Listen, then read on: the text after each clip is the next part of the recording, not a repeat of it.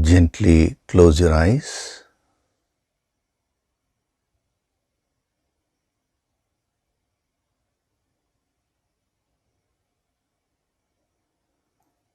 Do deep breathing.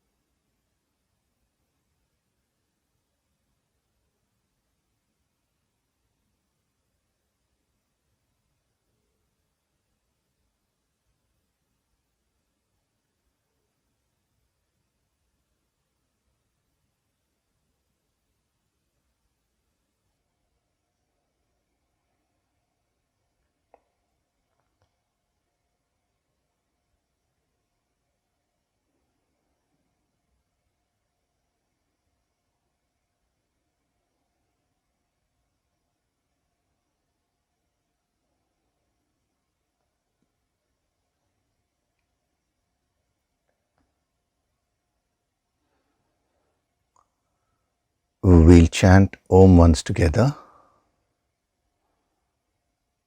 Synchronize the chanting of Om with your exhalation.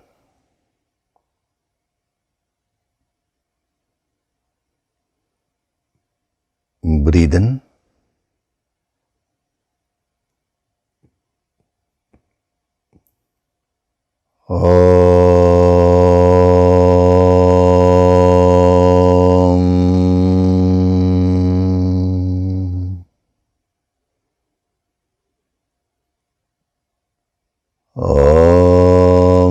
Sahana vavatu, sahanau bhunaktu, sahaviryam karavavahai, tejasvinavaditamastu ma vitvishavahai.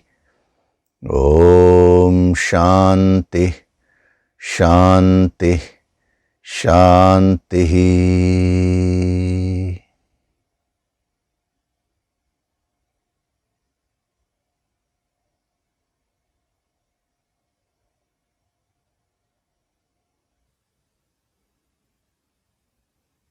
Gently open your eyes.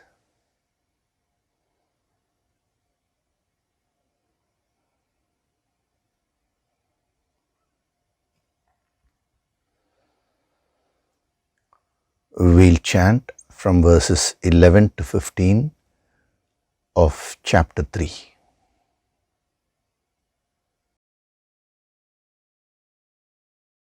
Devan bhavayatanena, Devan bhavayatanena, te deva bhavayantu vaha, te deva bhavayantu vaha, parasparam bhavayantaha, parasparam bhavayantaha, Shreyah paramavapsyatha, Shreyah paramavapsyatha, Ishtan bhogan hi vo devaha, Ishtan bhogan hi vo devaha, Dasyante yajna bhavitaha, Dasyante yajna bhavitaha,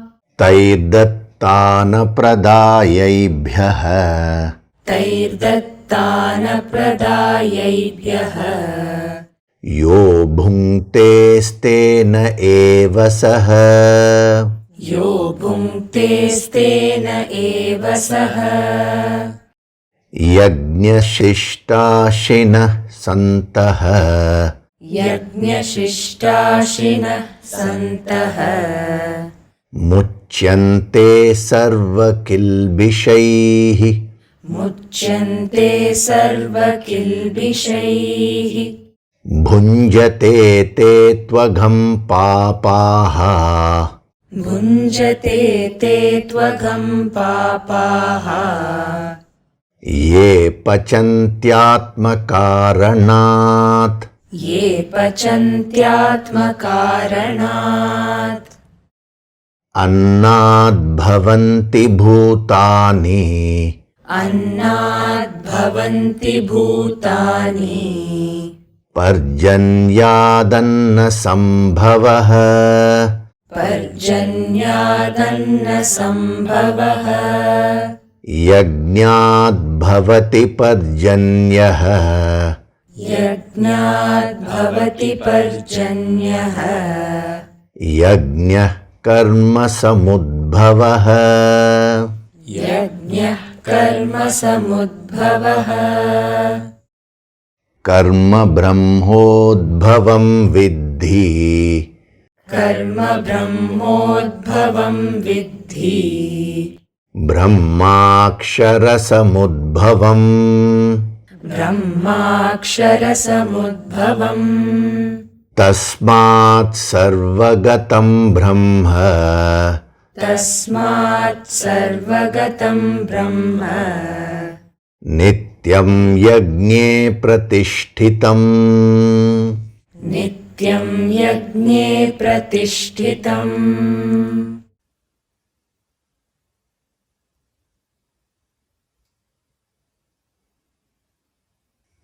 Hari Om, and a very good day to all of you.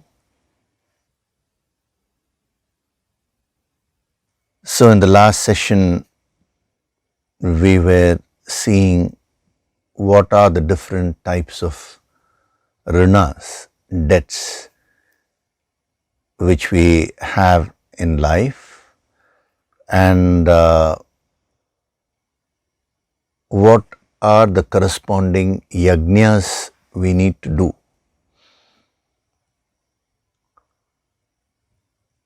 So whenever you have a debt, now that is going to create a negative energy. Literally also that's true.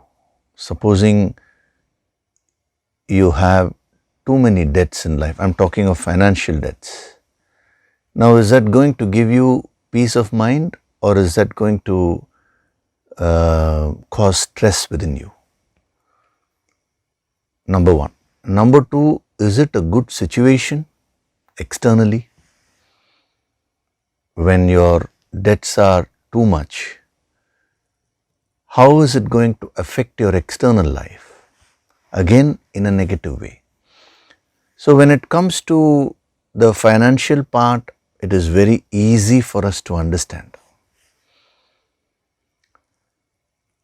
Now, you need to just expand that principle into each and every aspect of your life, up to the karmic level. Then it is very easy to understand what these great masters are saying. When it comes to an external debt, like financial debts, it is very easy to measure because it is something gross, it is manifested at a gross level.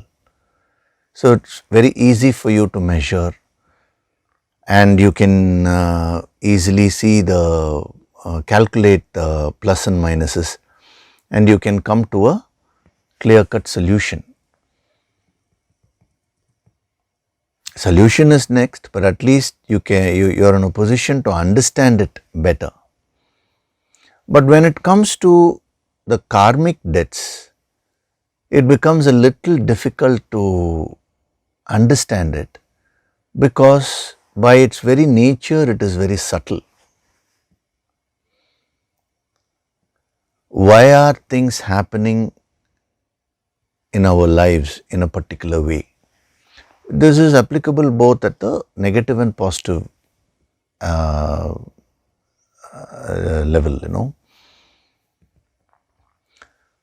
So what are all the factors which are influencing your actions? What are all the factors which are influencing the consequences of your actions? You have to make a thorough study of all that. So our great yogis and rishis, they studied life in a very deep way.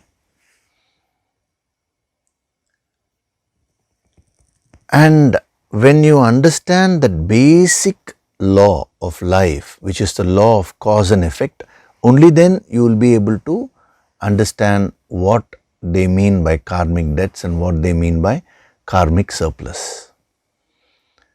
So everything in life is either a cause or an effect. It cannot be anything else. So every effect will have a cause, every cause will have an effect. Sometimes the same thing can be an effect of a previous cause, and that can be a cause for a future effect also. But those are all further applications. But the fundamental law is that if there is a cause, there has to be an effect. If there is an effect, there has to be a cause. It is only when you understand this basic principle that you will be able to study what these great masters are saying in a neutral way. Your mind, which is backed up by the ego, wants to prove that the negative effects which are happening in your life actually do not have an internal cause. If you carefully observe, you will find that whenever anything negative happens, now we say, I really don't know why this is happening. Why is God being so cruel? You immediately conclude that way. But when you understand this basic law of cause and effect, which is what is the basis of law of karma. Law of karma is nothing but an extension of the law of cause and effect. So when you understand that, whenever something negative happens in your life, you will immediately go back to the basics. This is an effect. And this effect is something which I don't want. So let me see what the cause is. And it is not enough if you merely see it. What are the steps I need to take to neutralize that negative cause? And once you neutralize that negative cause and you create a new positive cause, then the effect which was negative will change for the better. So this is how this ancient wisdom empowers you to create your own destiny.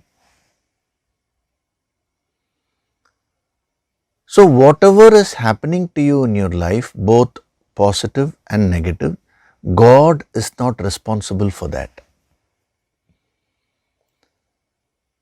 The God or the infinite supreme reality is universal. It is that universal power which gives energy, which gives light, which gives life to the entire existence. Thereafter, what happens in your life depends on what causes you have sown.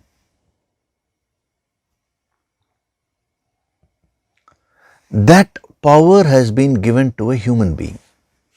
See, when it comes to animals and other creatures, they are also a part of this cause and effect system, but they don't have the power to create fresh karmas. They don't have the power to change anything.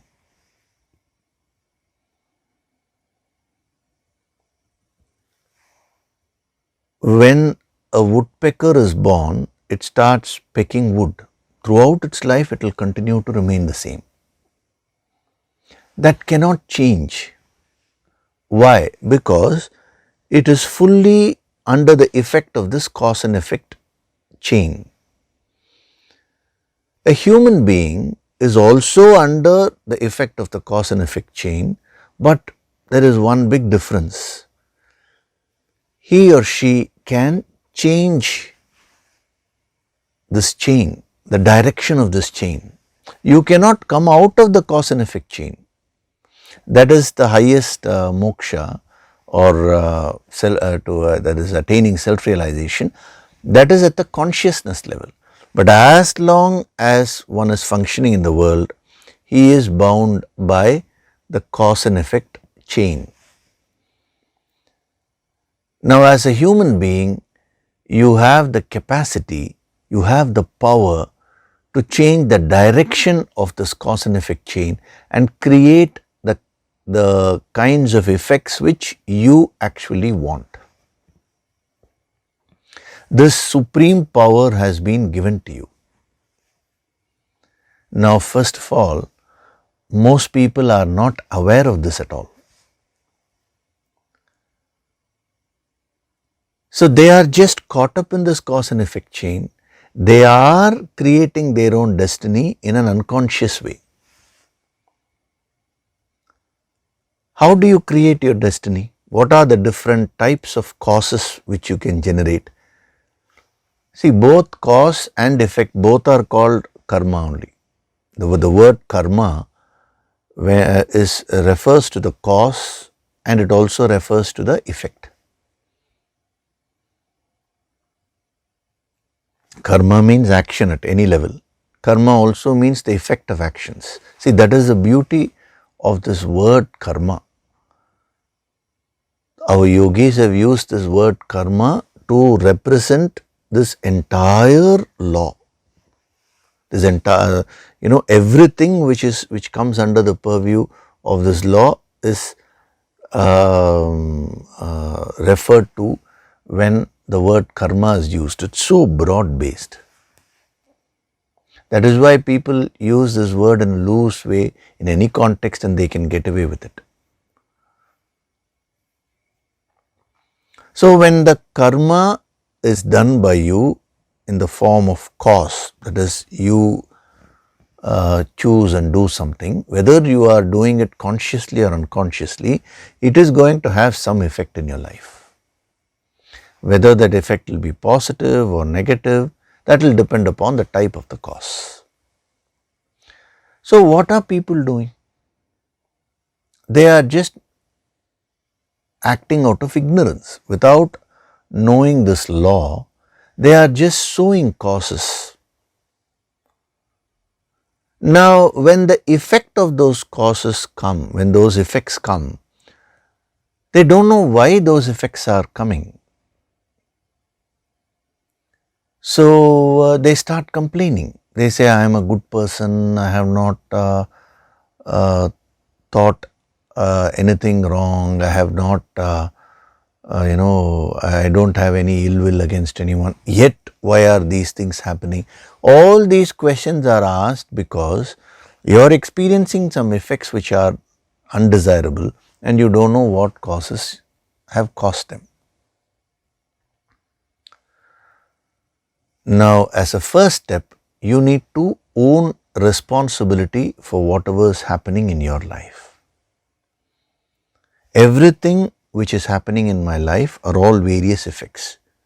And why are they happening? Because of some previous causes which I have put. Even if you don't know what those causes are, as long as you understand this law, you are on the right track.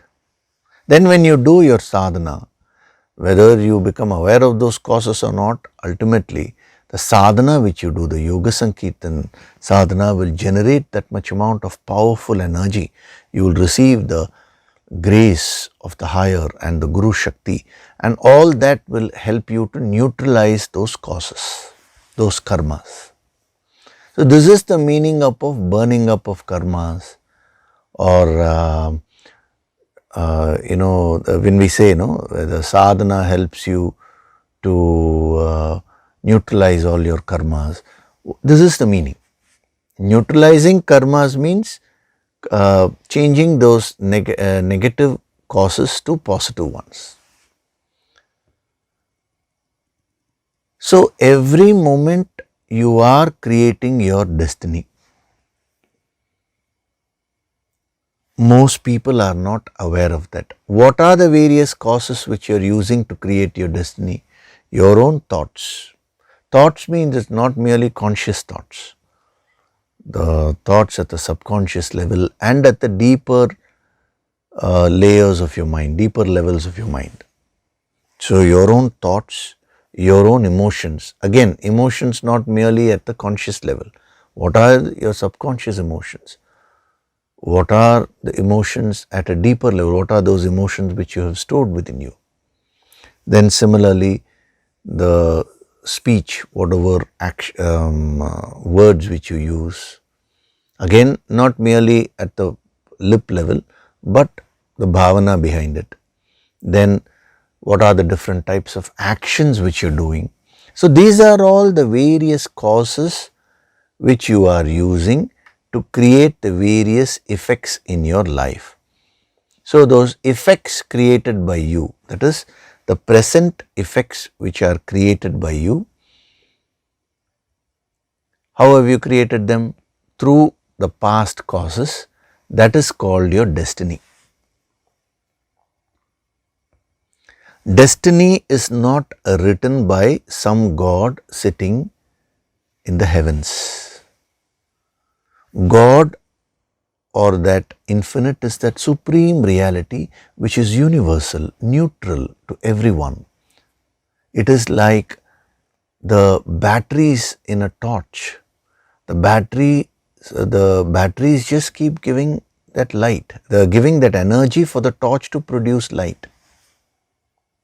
Similarly, that supreme infinite energy is the ultimate basic foundational principle of energy which gives us the energy to do anything in life. Using that, we can do negative actions, we can do positive actions. That is our choice. That power has been given to us as human beings. So an animal or a bird or any creature apart from a human being cannot create a fresh karma. It doesn't have the capacity to do that.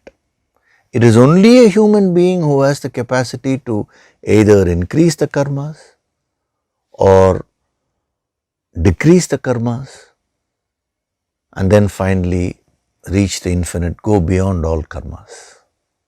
It's not only about increasing or decreasing. A human being also has the capacity to change the nature of karmas.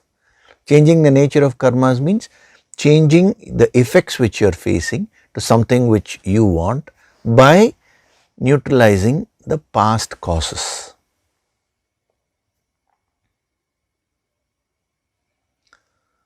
So you are the architect of your destiny. When you perform yagna in your life, what is it that you're doing? You're actually changing the nature of the effect from negative to positive. So number one, you rewrite your destiny. That's what creates a transformation in your life by changing the nature of the effects. Number two, you also reduce the quantity of your effects. That is, which means you're reducing the karma slowly. And number three, you go beyond karmas and become one with the infinite. This is the power of yagna. In the next few verses, we are going to see that. He'll be telling you the power of yagna.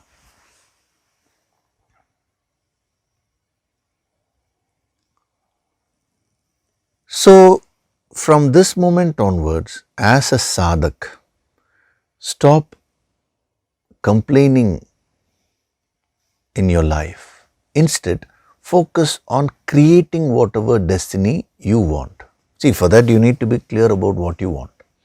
That is why in every empowerment session also this question is asked, no? What is it that you want? At least come with one or two things which you want, clearly your goals. If you are not clear about what you want, how can you apply this wisdom and create it? So if you find that the circumstances are dictating terms to you, if you find that you are like a, a leaf which is just simply carried away by the breeze, if you find that you are like a doormat where everybody comes and stamps and goes, understand that you have the power to change it.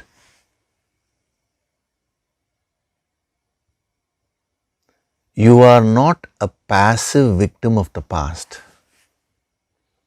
You have that dynamic strength within you, that power to choose, with which you can become an active creator of your destiny, an active creator of your life.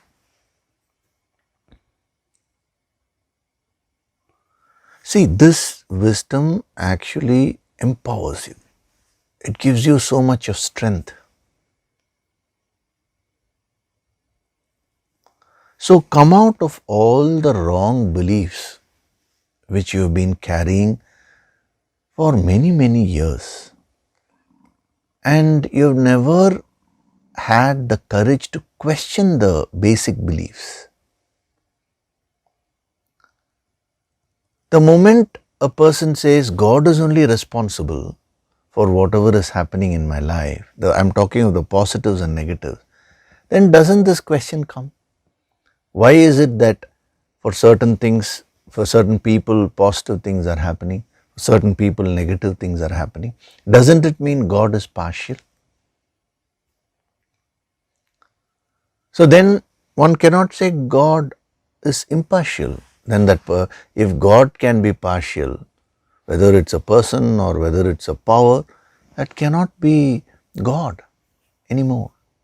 The very nature of divinity is impartiality, equality.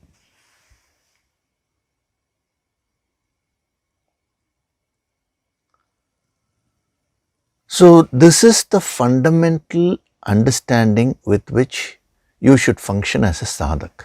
So the difference between a sadhak and others is that everyone, even others, are also creating their lives, but they are doing it in ignorance.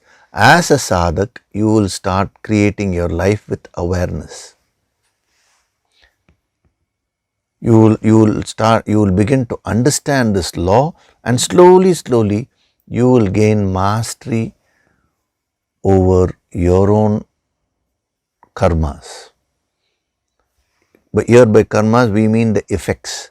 And how do you gain mastery over the effects? By choosing the right causes. So whatever you have done in the past, that is there. That is having its effects now. But what are you going to do about it in the present? That is going to determine how your life will become tomorrow.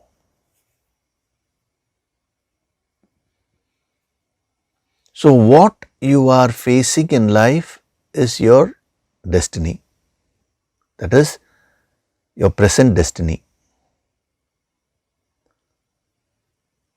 What you will be facing in the future, that is also your destiny only. That depends upon how you are going to act today. So whatever you are facing in life is your past destiny. We can say present destiny created by the past.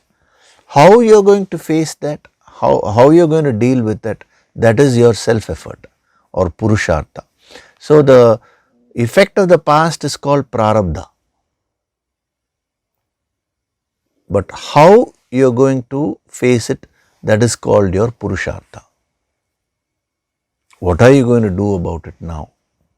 And the greatest thing which you can do using this beautiful boon which you have been given as a human being, which is purushartha, the capacity or the self-will, the capacity to act independent of whatever your past is.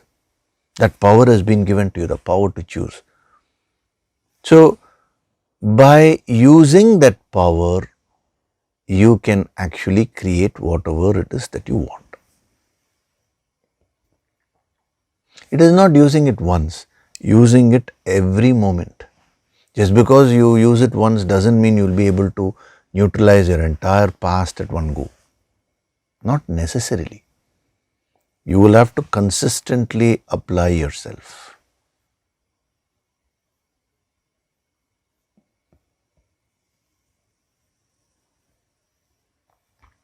So, the purpose of studying all this is to use the law of karma to your advantage and change your life for the better. If you are not doing that, then what is the use of studying all this? You are just simply becoming a scholar. You are gaining more scholastic knowledge about what the Vedas are saying, what are the different types of rinas, parasparam, all this you may be able to repeat. But in life, how are you applying these principles? That is the question. So, the greatest thing which you can do by using this purushartha or self-effort, the power which is given to you, which has been given to you, is to do sadhana. Sadhana is that cause which has the power to burn up all the other karmas. So, this is also a karma only when you do sadhana, but it has the power to change all the karmas for the better and then take you beyond all karmas. So, that is why our yogis said, by yourself to apply your purushartha and keep neutralizing your karmas, even though it is possible on paper, practically you will find it very difficult. Because every negative thing which is happening in your life will affect your mind. Based on that, you will not put the, you will not apply the purushartha in the right way consistently. Whenever something negative happens, you will react negatively. So, you will only keep increasing the negative energy, negative karmas further. So, the yogis said to do it by yourself is no doubt possible on paper, but practically almost impossible, extremely difficult. So, then what did they suggest? They said do two things. You surrender to the Guru, take the Guru's guidance, number one. And number two, do your sadhana. Because the Guru will guide you to do your sadhana. If you are able to do these two things, then you can neutralize any karma. Remember, if the karmas have so much of power, the higher Shakti has more power, no? So, the Guru will tap that higher Shakti for you and help you.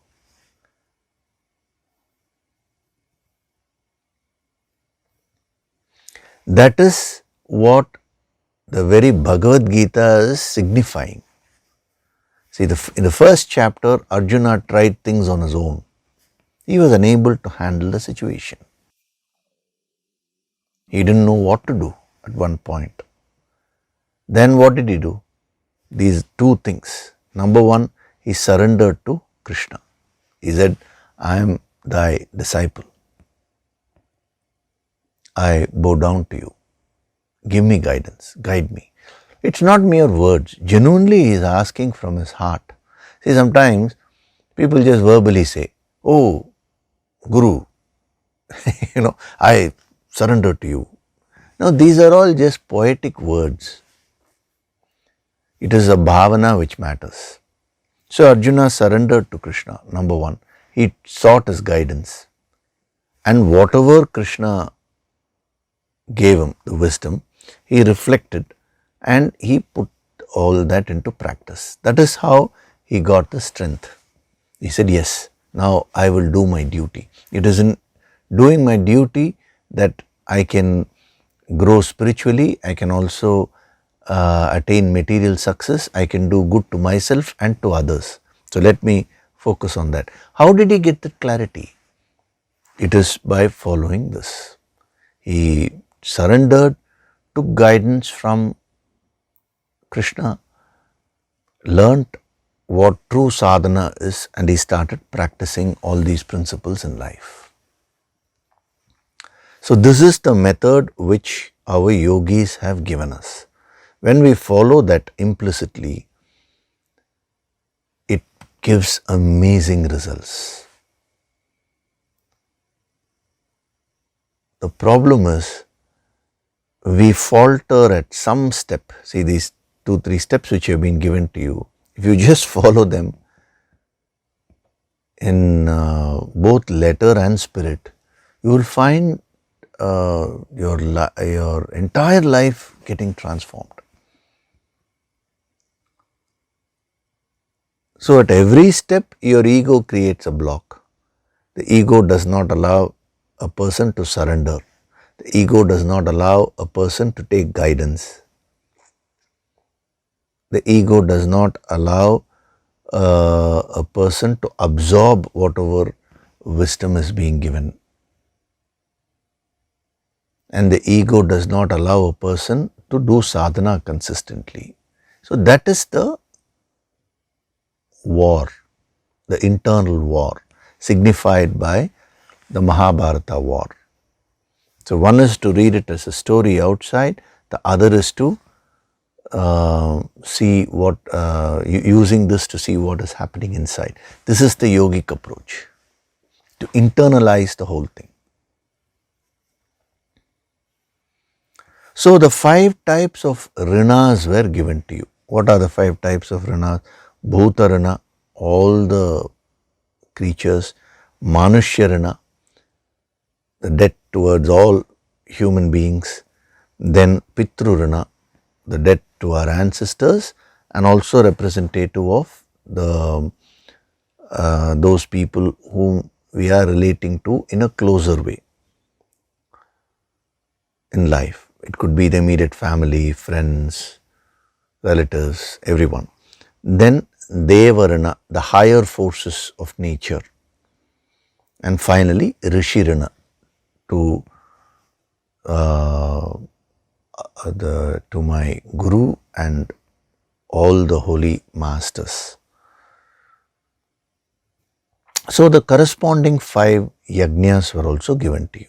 First is Bhuta Yagna, then Manushya Yagna, Pitru Yagna, Deva Yagna, and Brahma Yagna. Brahma Yagna means putting all the efforts to move towards Brahman, to merge with that infinite supreme consciousness. So what is it? I mean, whether we talk of Bhuta Yagna, Manushya, what you need to do, all those principles were explained to you in the previous session. Now,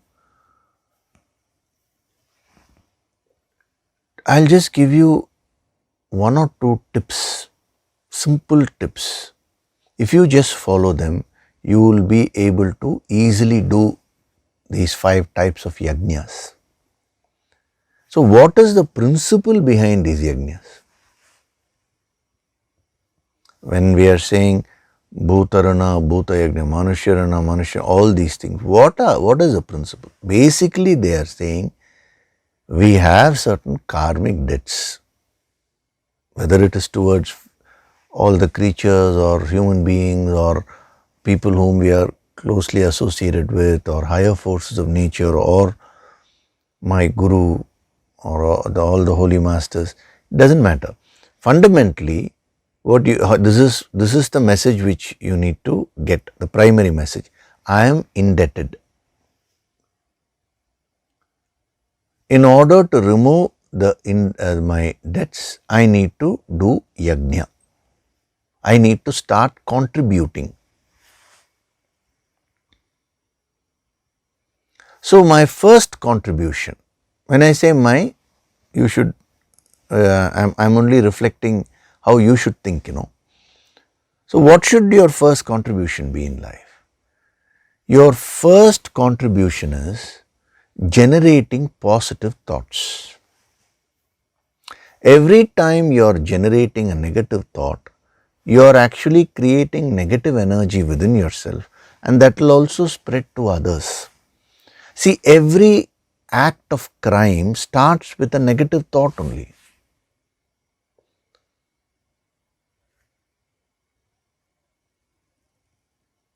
So, when you start generating positive thoughts, you will actually start neutralizing the debts, the karmic debts which you have created. So, think about the welfare of all the creatures. Think about the welfare of all the human beings. Think about the welfare of anyone whom you are relating with. Think about the welfare of all the gods, the higher forces of nature, and think about the welfare of your Guru and all the holy masters.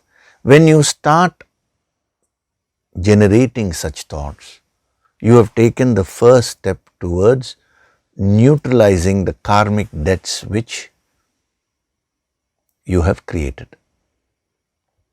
So, number one, thoughts. Number two, your emotions.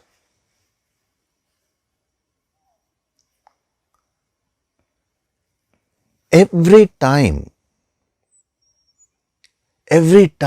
when you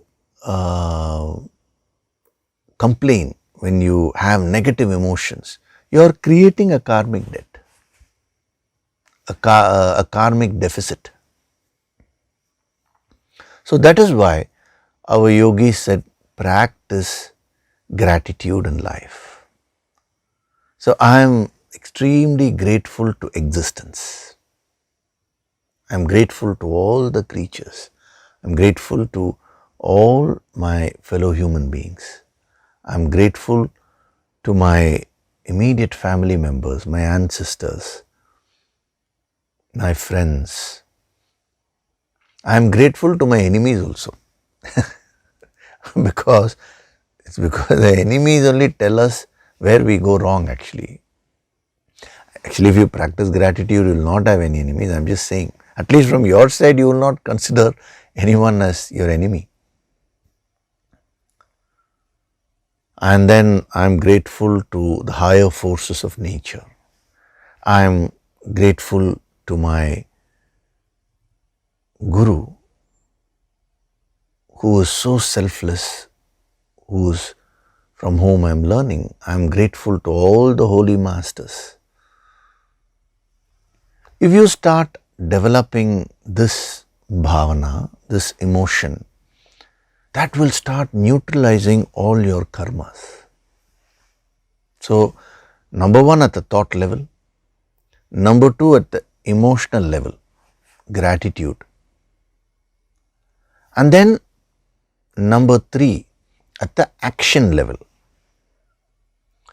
When you start developing gratitude, what will happen? You will start performing actions to repay, to contribute. So you will start thinking in terms of how can I benefit the society? How can I benefit my family? How can I benefit my office? How can I benefit the person whom I am interacting with? It could be my wife, it could be my husband, it could be my child, it could be my parent, it could be my friend, whoever it is. So you will stop doing harm to anyone, anything. You will also start thinking in terms of contributing. You will automatically start developing unconditional love towards everything and everyone. A yogi is one who has mastered this. So when a yogi looks at the world, he sees the various creatures, the plants, the various the objects, all the human beings, all gods, everyone with unconditional love. That is the greatest karma yoga which a yogi does. It is said about Buddha that every day he used to do 1 hour of karma yoga. And you know what was his karma yoga?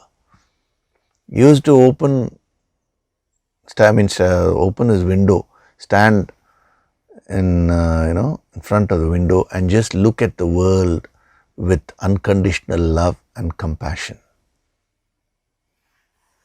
for 1 hour. That was the service which he used to do to the world directly. Indirectly, just the fact that he has become a Buddha, an awakened one itself, is going to benefit the whole of humanity. That is a different matter. So all the great yogis, they practice this. So number one at the thought level, number two at the emotion level, gratitude, and number three at the action level, focusing on contributing and repayment. This is very important. Not repayment in a calculative way. That's why I have already covered that. When we did the Rajasic portion, we have covered that. See, since I have covered all the basics, as I am saying, I am sure you will be able to understand it in the right spirit. And then there is a fourth factor also, which is your speech. The words which you use, they have certain vibrations. So let your words be positive. Practice that. The words which you use when you talk to others, let them be very positive. Let them create the right kind of effect.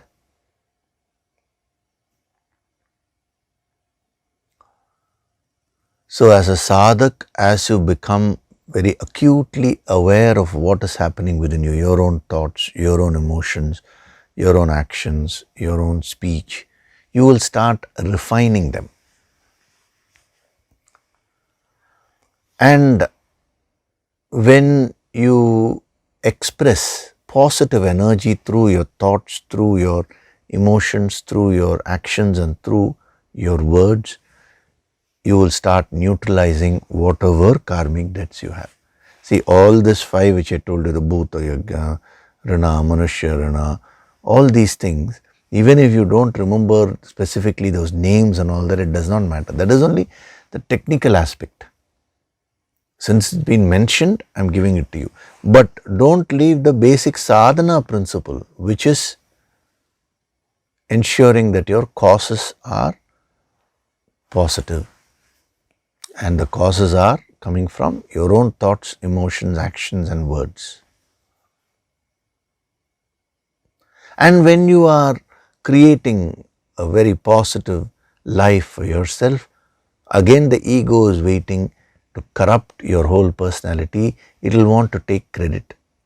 So in order to stop that, what our yogi said is, after doing all this, surrender everything to the higher. Even the very power to choose, the power of Purushartha has been given by God. So when you get into that spirit of devotion and surrender, then you will neutralize all the negative karmas, create a lot of karmic surplus, but you will not be involved there. You will not be caught up in that cycle. Your consciousness will be lifted up. You will move up. And you will become one with that infinite, which is the sacred moment of enlightenment.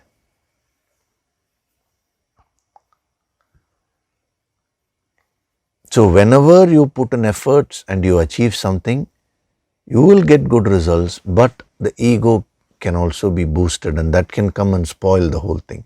So the yogis are ensuring that that doesn't happen. This is an amazing system which they have given. So fundamentally, wishing the welfare of everything and everyone, this is yajna. You know, when we started this line of thought, when yajna was being explained to you, I told you, yaj bhavena yajna. Bhava is the most important thing. So what constitutes your bhavana? What creates your bhavana? These are the various factors.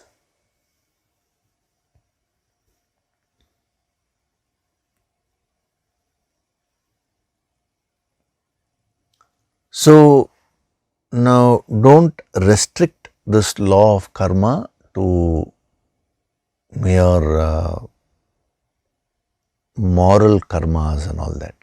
That is one aspect. See, karmas can be of many types. No? A person may be morally good, but if he does a very foolish action, that will have its effect. No? You may be a very good person, but supposing you are you eat in an unhygienic way, that can create some problem with respect to your health. So you don't need to restrict karmas to only morality, as if it's a kind of a punishment. No, it's not that. And remember, you are not punished by God.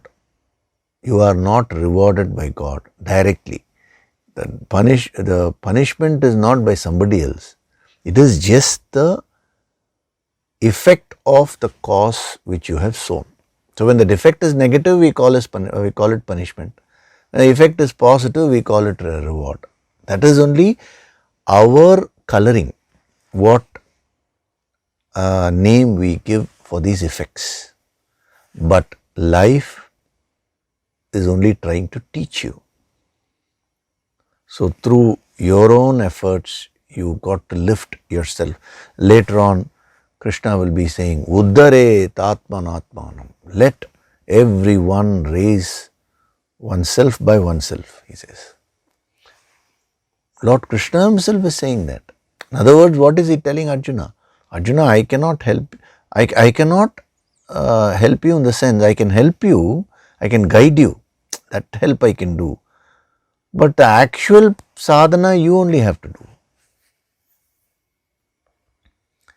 So these 5 types of yajnas, it's mentioned in the scriptures, one who does these 5 types of yajnas every day, they will be blessed. Why? Because all the debts will go away, the karmic debts, they will be creating a lot of karmic surplus and they will also be elevated spiritually. The logic behind it, the exact methodology is what I gave you just now. So fundamentally, this is what your sadhana is all about. And the beauty is, when you do your yoga sankirtan sadhana every day, you are actually performing all the 5 types of yajnas. Because you are creating that powerful energy field within you. That will get passed on to the whole universe. That's what will be radiating from you. So you will remove all the debts towards the creatures, fellow human beings, because your thought structure will change. Your emotions will change for the better. Your actions will change. Your speech will become more refined.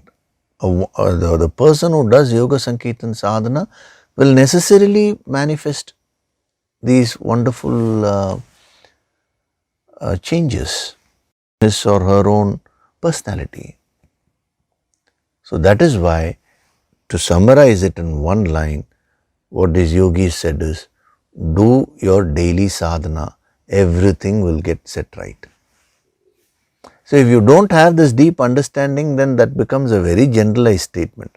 But when you understand it in a deeper way, you will see that that statement which they are saying, all the yogis said that, no, just focus on your sadhana. That is the best way to do yajna. The rest will follow automatically when you do that with awareness, with full awareness and understanding.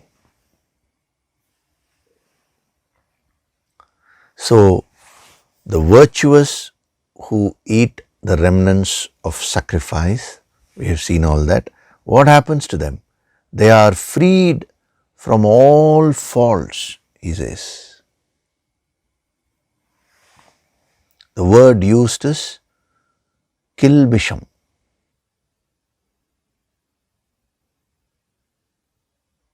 Sarva kilbishaihi. Sarva means all. Kilbishaihi is put it in plural. All forms of faults. So, the word kilbisham has several dimensions. Kilbisham, first of all, means sin. That is at the karmic level. We have already covered that in the earlier sessions, That is why I'm just going through this, and wherever it's required, I'll explain. So, kilbisham means sin at the karmic level. Number two, kilbisham also means fault, something which you do deliberately.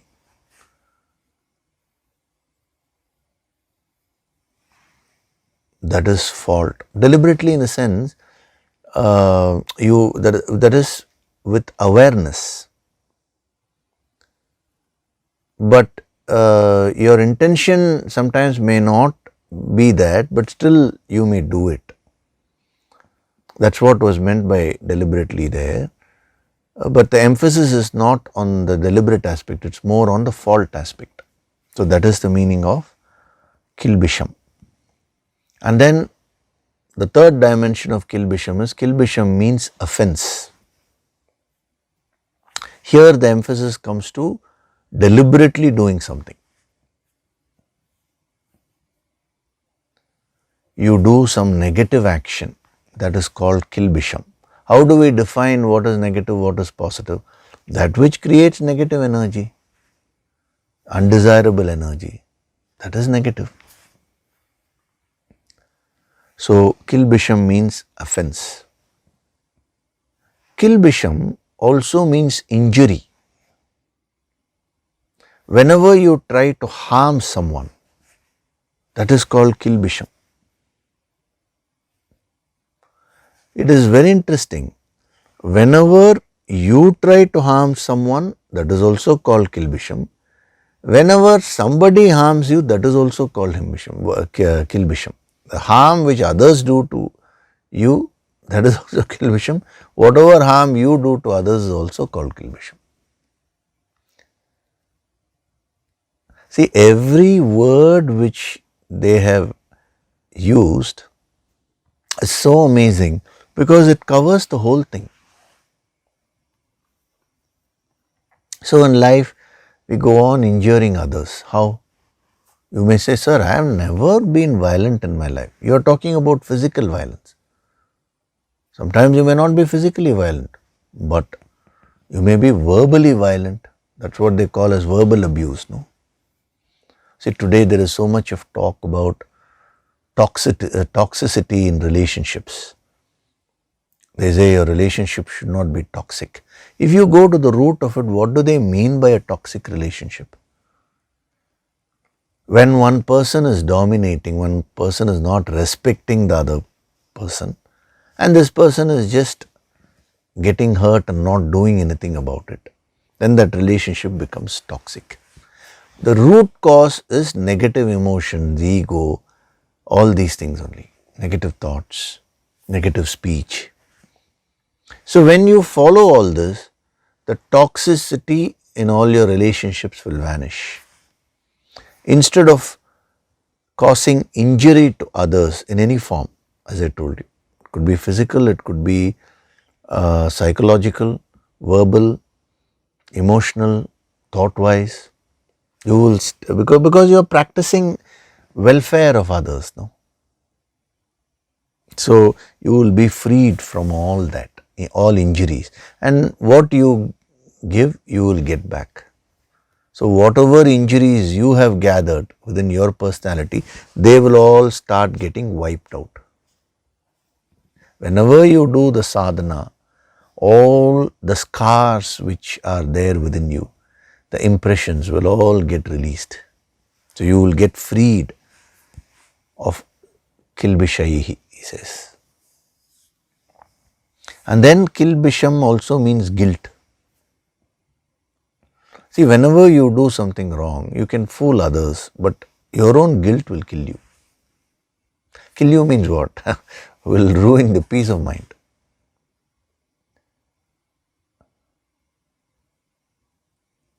So you have gathered a lot of guilt from many, many experiences. This birth, previous births, everything put together.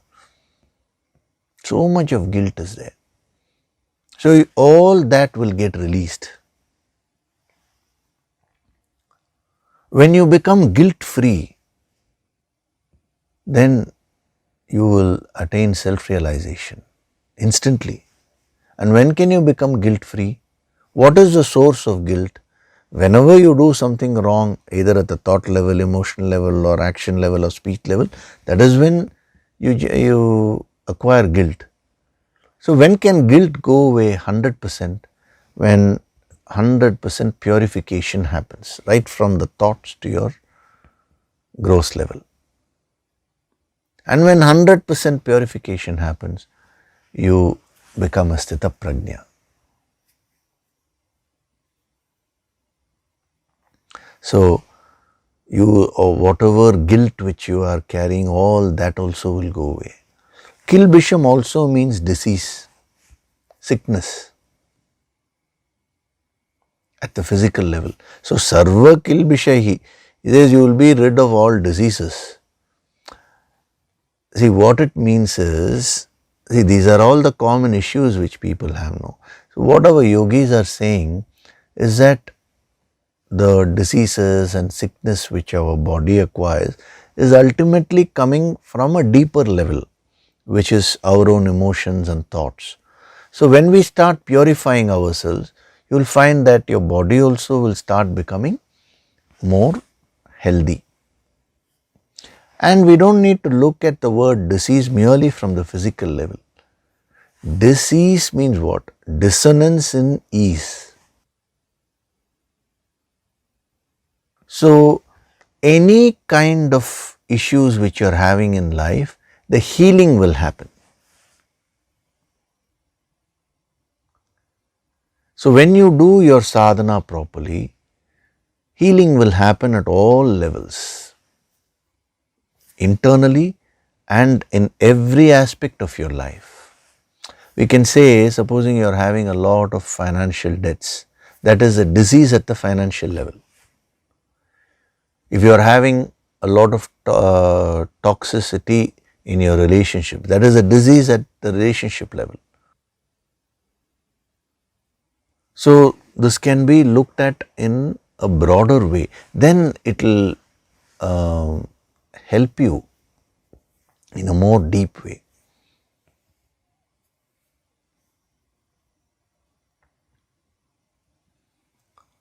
So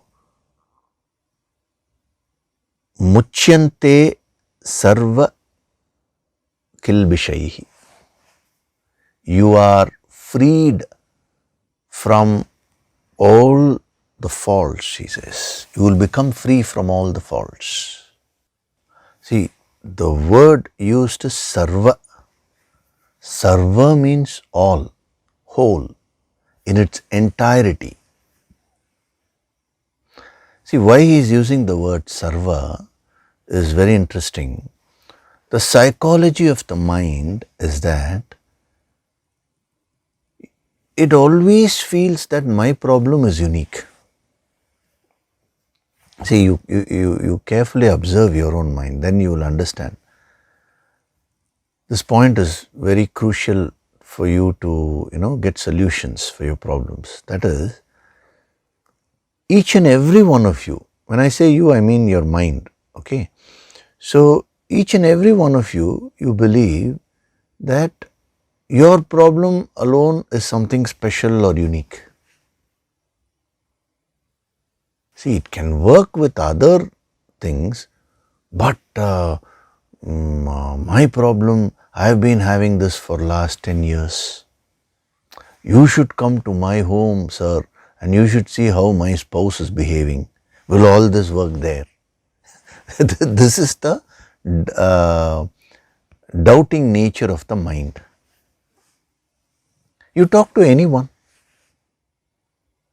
he or she will be firmly convinced that this may be generally, even if they agree to all this, they will say, generally it's okay, but with respect to me, can it be solved? So to get that faith is a very important step. So in order to emphasize that point, that this is this has no exception. Whatever is, when he says you will be freed from all the faults, all the negative things. Now he doesn't want to give any room for the doubts which keep coming up in the mind. Therefore, he uses the word sarva. Sarva is a very powerful word. We always use the word sarva to create a lot of power and energy.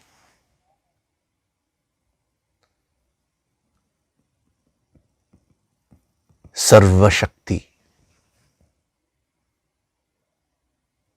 means the energy in its entirety.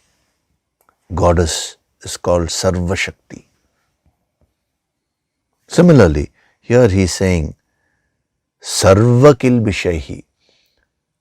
All the negative things which you are having today, which you may think and also manufacture, that is, you may think that what about this, what about anything you bring up. Everything is included in that word sarva. So he is not giving any space or room for your mind to get doubts. That is the impact of sarva kilbishai. If it had been muchyante kilbishai, there is nothing wrong with that. That itself conveys. But you will not be convinced. When I say you, your mind will not be convinced. Even Arjuna, what is he feeling? All this is fine, but my case is unique. The problem which I am facing is something to, don't you commonly tell others, only if you come and live my life, you will understand. And if you come and stay at my home, you will understand what's happening. Sir, all this is fine, but you should come to my office and see how my colleagues are functioning, how my boss is behaving. Some people even extrapolate this to the whole yuga. These may have been applicable in those days, But what about the modern world? Kali Yuga, they say. That's why this word sarva demolishes all these false concepts which your mind can bring up. It doesn't matter where you are, what you're doing, what kind of negative energy which you've created. Whether you are in Satya Yuga or Treta Yuga or Dwapara Yuga or Kali Yuga, whether this is an ancient world or modern world, whether you are in India or America or Australia or England, all these things do not matter. Whether you are a man, you are a woman, whatever your gender is, these things all do not matter. Whether you have carried some problems with you for many, many years. Sir, last 30 years I have been having this problem. Can this solve it? Yes. Only from yesterday I have been having this problem. Can this solve this? Yes. Why 30 years? Hundreds of janmas I have been carrying some issue, karmic issue. Can that be solved by doing the sadhana? Yes. So the word sarva is extremely significant here. I want you to absorb that energy, because the moment you absorb that energy even little bit, now your confidence level will go it'll take you to the next level, because the confidence which you will build on the sadhana which you're doing will become tremendous. So he says, sarva kilbishaihi, muchyante sarva kilbishaihi, are freed from all faults. See, I am deliberately stressing on that word all and saying, from all faults. All means different kinds. It could be difference in the nature of the negativities. It could be a difference in time, long-standing issues, this, that, anything you bring in. Doesn't matter. Past, present, future, this yuga, that yuga, whatever it is. Sarva kilbishaihi. So you can do, you can do the small sadhana today. After the session, of course, you're going to note down your points and you'll be presenting them, no? That is one thing. I also want you to just read this verse, especially this portion, muchyante. And when you're reading this, you should visualize yourself. Yagnya Sishtashinaha Santaha means those saints. Who are those saints? You. Means you are going to do the sadhana. See, if you are not having belief in yourself, then how can you change your life? The problem with many people in spirituality is they don't believe themselves. That is what he's saying, all this guilt will go away. You are born from that infinite. Divinity is your inherent nature. Whatever faults you have acquired, they are all temporary. They have been acquired. You are intrinsically a pure being, a being of light.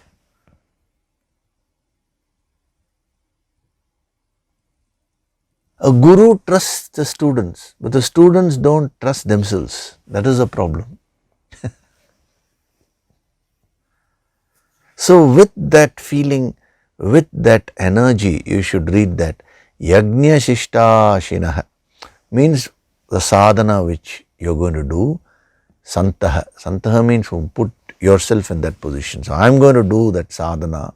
Yagnya Shishtashinaha Santaha.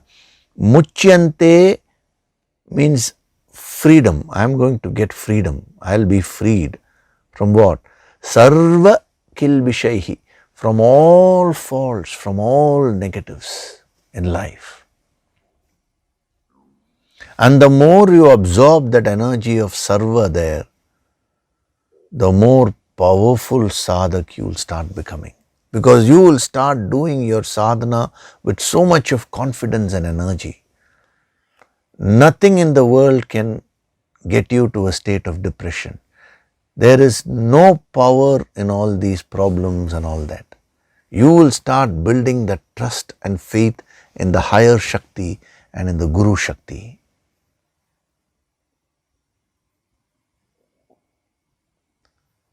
And that faith is the power of a sadhak.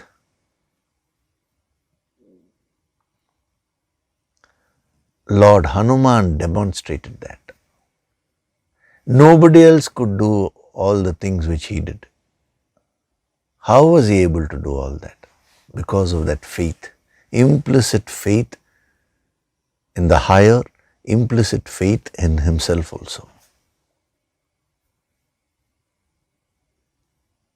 So you just read this a few times with that bhavana, with that feeling.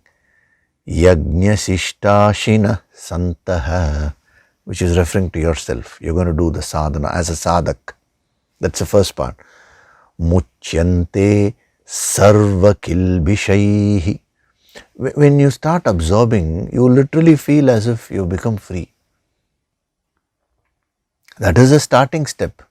Then when you do your sadhana, it will start becoming a reality. Whatever you believe in, whatever faith you have, that alone becomes your reality.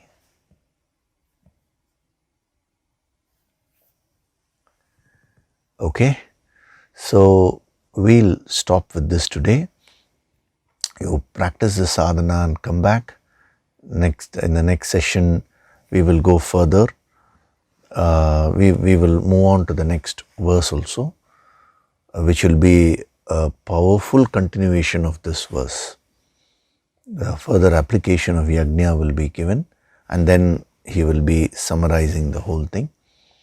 So the idea is that using the yogic approach, we are ensuring that you get established in this wisdom. At least the system is being created. Now how well you use that system depends on you. Okay, before we do the Nididhyasana meditation, I will take up one question.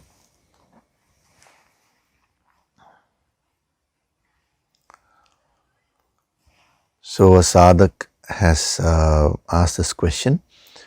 This is with regards to the self-destructive, harming and disturbing thoughts which come to me in general, and especially while doing the sadhana. So I have been trying my best to release those during my daily sadhana. However, this keeps disturbing me till now. So mostly what I have observed is that during sadhana, the current issues, problems, difficulties and these disturbing thoughts only keep coming, and I go with the flow of the energy and release the same. But the same has not been completely obliterated from my system, and I feel that I am running but not moving forward. So my question is, am I doing the sadhana mechanically, and if so, will the correction happen eventually as I keep on doing it and learn the proper way, knack of release as mentioned by you in the Sunday session? This is one part of the question. Second part is, secondly, before my accident, that is fracture in my leg, I used to do meditation once in the morning with the sadhana material and without the sadhana material after coming back from the office. And in one of those sessions, to the best of my remembrance, I had seen or felt this injury happening to me, and then post some days this happened. And now I feel scared to do the evening meditation or any meditation without our sadhana material, because I feel that with the sadhana material I get the protection, but without it I feel left alone without any protection. So currently I am doing the sadhana 2 times with the sadhana materials as advised by you for my fast recovery. But post this, I wish to know whether I should do meditation only once with the sadhana material. Kindly advise, sir. Pranams. Okay, the rest of the things has been. So 3 simple questions. First of all, about destructive thoughts and all that. That is why the sadhana is being done. So what's happening is, when you do the sadhana in the right way, when you're receiving the energy, that will bring out whatever negative energy which you've stored, like the churning, that's the churning of the ocean we saw. No? First the poison started coming out. So you should keep on releasing. Now, how long will that process be? At every level this will happen. It's not a one night process. So as you progress spiritually, the subtler negative things will start coming out. So many stages a sadhak will go through. So this is a good sign only. Only thing which you need to be careful about is whether you are releasing it or whether you are indulging in it and increasing it. So that's where the surrender comes. When you're doing your sadhana, if some negative thought or negative thing comes, nothing. You don't need to do anything big. Just with the attitude of surrender to the Guru Shakti, do the deep breathing. Breathe through those thoughts and those emotions. Then, depending upon how strong that karma is which is trying to get released, it may get released in 1 session, 2 sessions, sometimes even in 5 minutes I've seen that happening. And these empowerment sessions which we are having, both the Yoga Sankirtan empowerment and the 22-day empowerment, those will help you to release this even faster. So definitely one thing is that you are not doing the sadhana mechanically, otherwise this effect will not happen. So you don't need to worry about this. Just follow this deep breathing with that surrender. Definitely I can feel the energy of your, scan your energy, and I'm only telling you this. You've grown. See, the quantity what it was earlier and now, that has definitely reduced. So you are going in the right path only. Also ensure one thing, after I know you've had a fracture in your leg, and once you recover, start doing your daily exercises, at least some brisk walking or something you should do every day. That will also help you to release. See, physically when you exhaust your energies, that will help you in your sadhana. And we will see in the future when we will also have some yogic kriyas and all that. When I teach you, you can do them. They will also help you in the release of your whatever unwanted factors which you've kept within yourself. Then the second part is, okay, I'll first answer the third part. Regarding doing this sadhana 2 times, in certain special cases I suggest that, but this is a general rule for others. Generally do sadhana only once a day, the Yoga Sankirtan sadhana. And if those of you who've done your empowerments can do those meditations also. I think the order, all that have been given to you. When you face some issue, let's say health issue, at that time alone, you can do the Kaya Tattva sadhana in the evening. If you're doing Yoga Sankirtan in the morning, so one more time, do the Kaya Tattva sadhana that week. It will facilitate the faster healing process. So once, whatever sadhana you're doing, you do it. The second time is only when you're having some issue, like let's say health issue, then do the Kaya Tattva sadhana. And once the health has been restored, once a day is more than enough. Overdoing is also not good. Okay, so this was suggested to you for your recovery, to speed up your recovery process. So even the other sadhaks can make a note of this. Whenever you have some fever or cold or even if you're having some other health issue, use the sadhana material effectively. Once a day sadhana is a must for your growth. Second time, whenever you're having some health issue, do the Kaya Tattva sadhana. Then the middle question which you have asked is, before my accident I used to meditate, you've said that you used to meditate once in the morning with the sadhana material and then without the sadhana material after coming. See, this is something which I have not suggested. See, let us be clear on one thing. If you want my guidance, you should follow whatever I am giving you, whatever I am telling you in a proper way. If you do something which has not been suggested by me and then you are coming and asking, sir, this happened, that happened, now what answer can I give?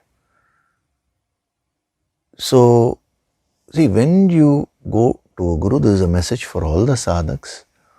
You should have respect and reverence to all the masters, because so many rishis, so many sages have contributed towards this wisdom. But following, as far as what you should follow should be directly obtained from your guru. So when you stick to that one path, whatever advice, whatever sadhana which the guru has given you, now you will progress very fast. In between, if you do something on your own, sir, I read this book, it was suggested like this, it was this is there, that is there, then you're not doing the sadhana within those parameters. See, when the Guru gives the sadhana material, there's a lot of thought behind it. It's an energy play, no? So if you dabble with that, then these things are bound to happen. So your question is right. You're doing the with the sadhana material out of fear. No need to do it with the fear. Naturally, if you stick to those parameters, when the sadhana material is there, the Guru Shakti is invoked, naturally the protection will be there. If you want to do something on your own, that is your choice. But when something like this happens, you will have to face it. So, whatever yogis have suggested is that have respect and reverence to all the holy masters, but follow the path given by your Guru, your master. Then you will be able to benefit. Even medically, if you have a stomach pain, you go to a doctor, he gives some medicines. Supposing you go to 4 different doctors and consume all the medicines, will you become cured fast? No. Rather, that will cause a lot of issues. And some doctors may not be true doctors, they may be quacks. So, from whatever it is you're reading, see, each one, nowadays anybody is just, suggesting anything in spirituality itself. So, there shouldn't be this mix up of energies. Be very clear, be like the horse, with the blinkers on. The yogi, see, you have come to the yogic approach. There is nothing higher than this. So put your blinkers on, don't allow your energies to fritter away here and there. Focus all your efforts in one direction. And in following that, when you face issues, you ask me.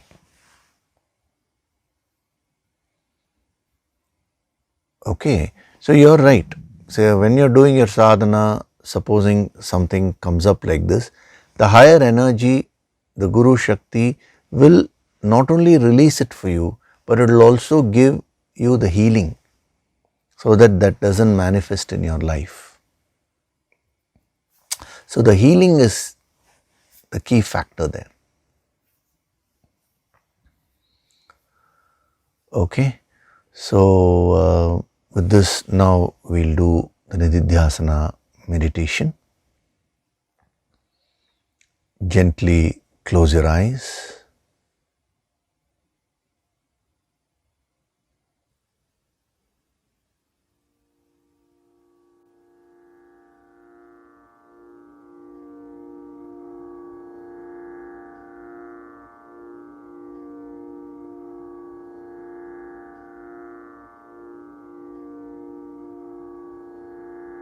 Do deep breathing.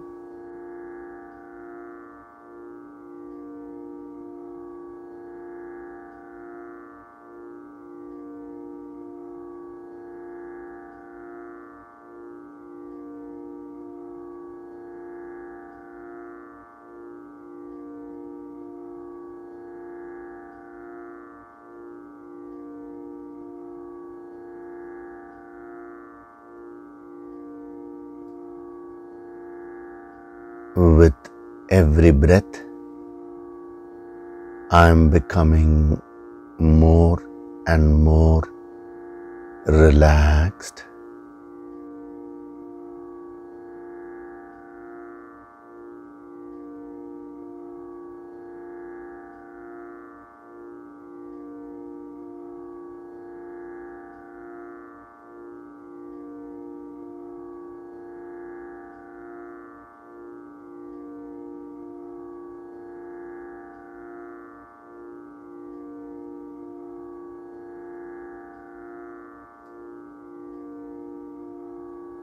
Feel the divine vibrations.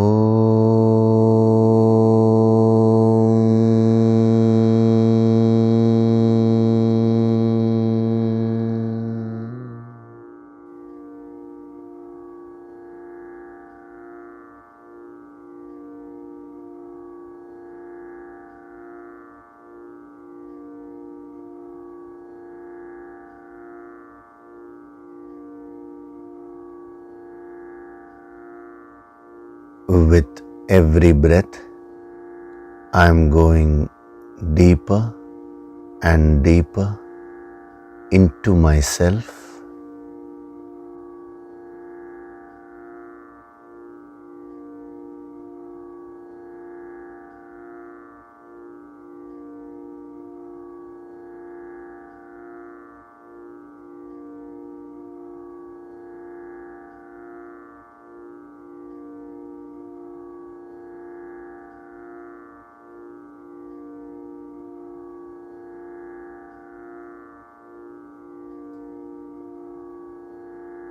Beyond my physical body, beyond my pranas, beyond my emotions and thoughts, lies my real self.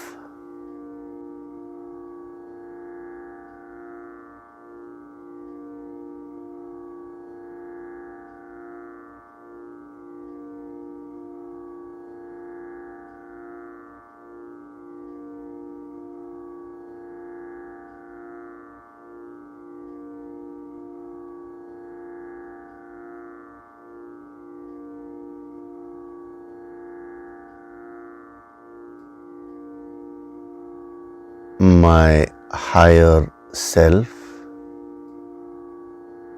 is infinite and divine.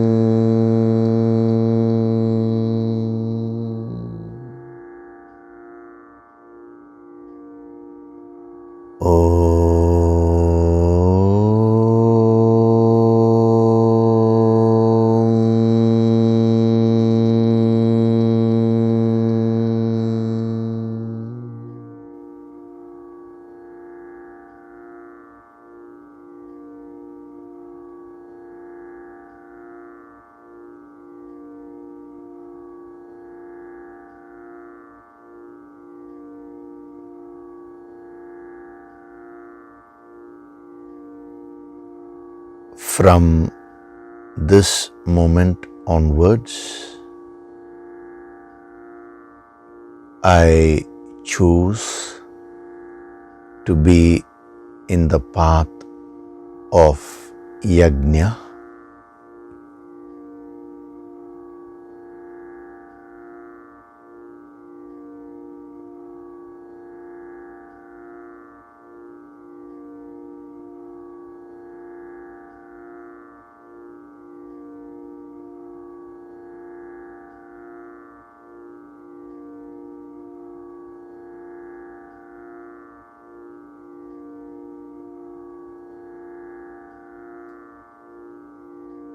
I am the creator of my destiny. I am the creator of my life.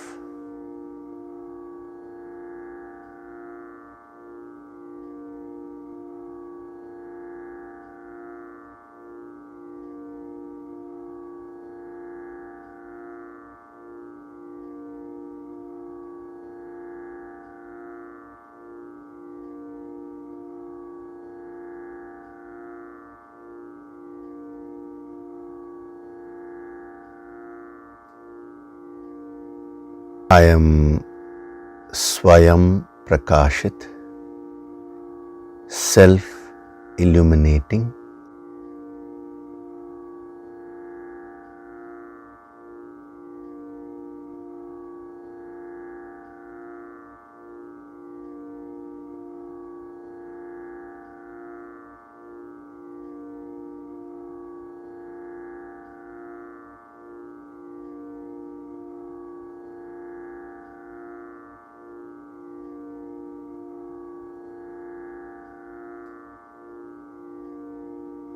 Offer your gratitude to God Supreme.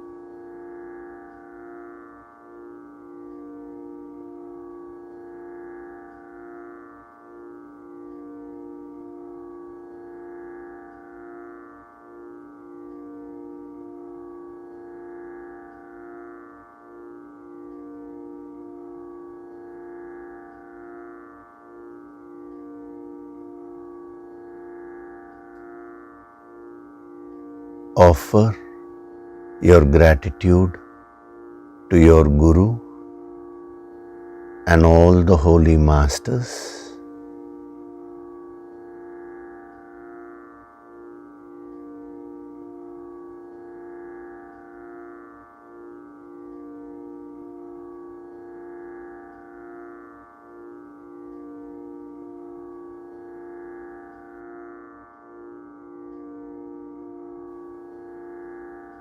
Wriggle your fingers, your toes,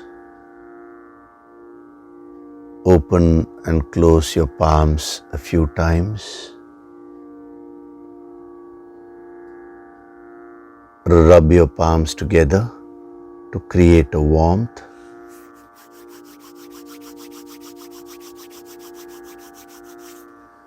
And cup your eyes with your palms.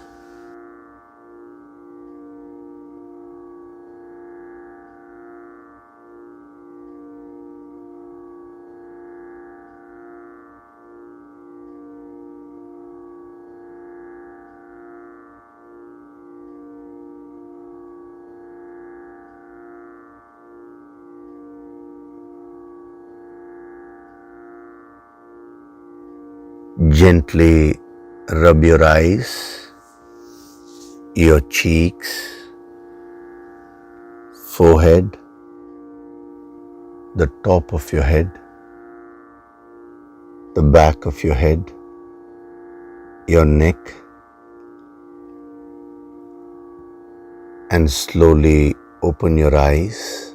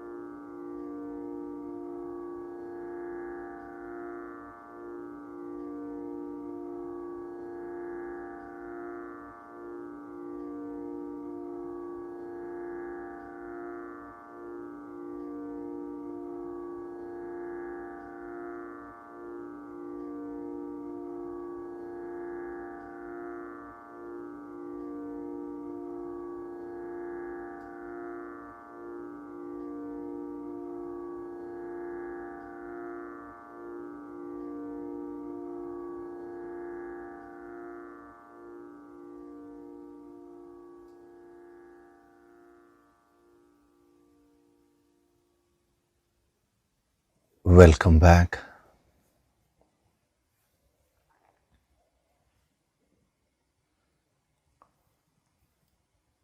So today, a lot of points have been given to you, the deeper principles.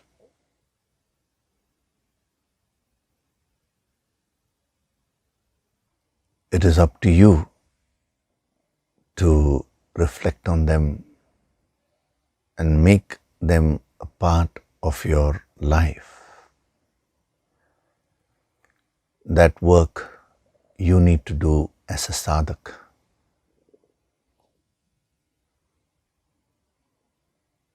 The Guru is ever ready to help you.